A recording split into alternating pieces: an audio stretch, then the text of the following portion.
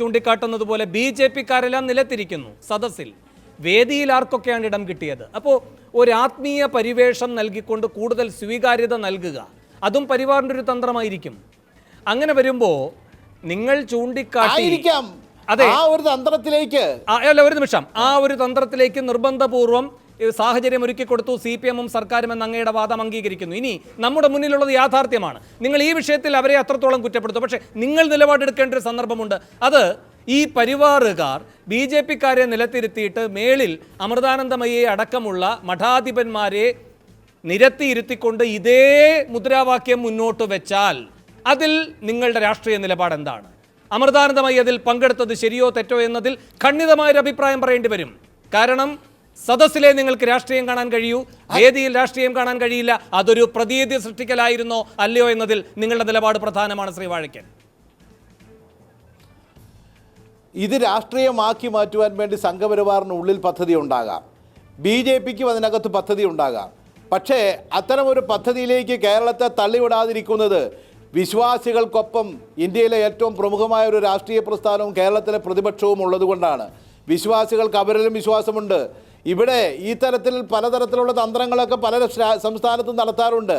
അവിടെയൊക്കെ സംസ്ഥാനം ഭരിക്കുന്ന ഭരണാധികാരിയുടെ വിവേകക്കുറവ് കൊണ്ടുണ്ടാക്കുന്ന കാര്യങ്ങളാണ് ഇതൊക്കെ. ഏതായാലും കേരളം പോലൊരു സംസ്ഥാനത്ത് സംഘപരിവാറിൻ്റെ അജണ്ടയൊന്നും പൂർണ്ണമായിട്ട് വേവാൻ പോകുന്നില്ല. അവിടെ ആ വേദികളിൽ നിന്നിട്ടുള്ള നേതാക്കന്മാരിൽ അവരൊന്നും പലതും സംഘപരിവാറിൻ്റെ ആളുകളല്ല. അമൃതാനന്ദമയി ഒരിക്കലും സംഘപരിവാറിൻ്റെ ആളായിരുന്നിട്ടില്ല. അതിന് ഏറ്റവും കൂടുതൽ ആളെ കൂട്ടിയിട്ടുള്ളത് NSS ആണ്. ആ NSS-ൻ്റെ നേതാക്കളെ തിരുവനന്തപുരത്തെ നേതാക്കന്മാർ അതിൻ്റെ സ്റ്റേജിലുണ്ടായിരുന്നു. അവരാരും സംഘപരിവാറിൻ്റെ ആളുകളല്ല. പ്രകാശാനന്ദ സംഘപരിവാറിൻ്റെ ആളൊന്നുമല്ല. അവരാരും അവർ സവർണരുമല്ല. അവരൊക്കെ പലരും അവർണരുമാണ്.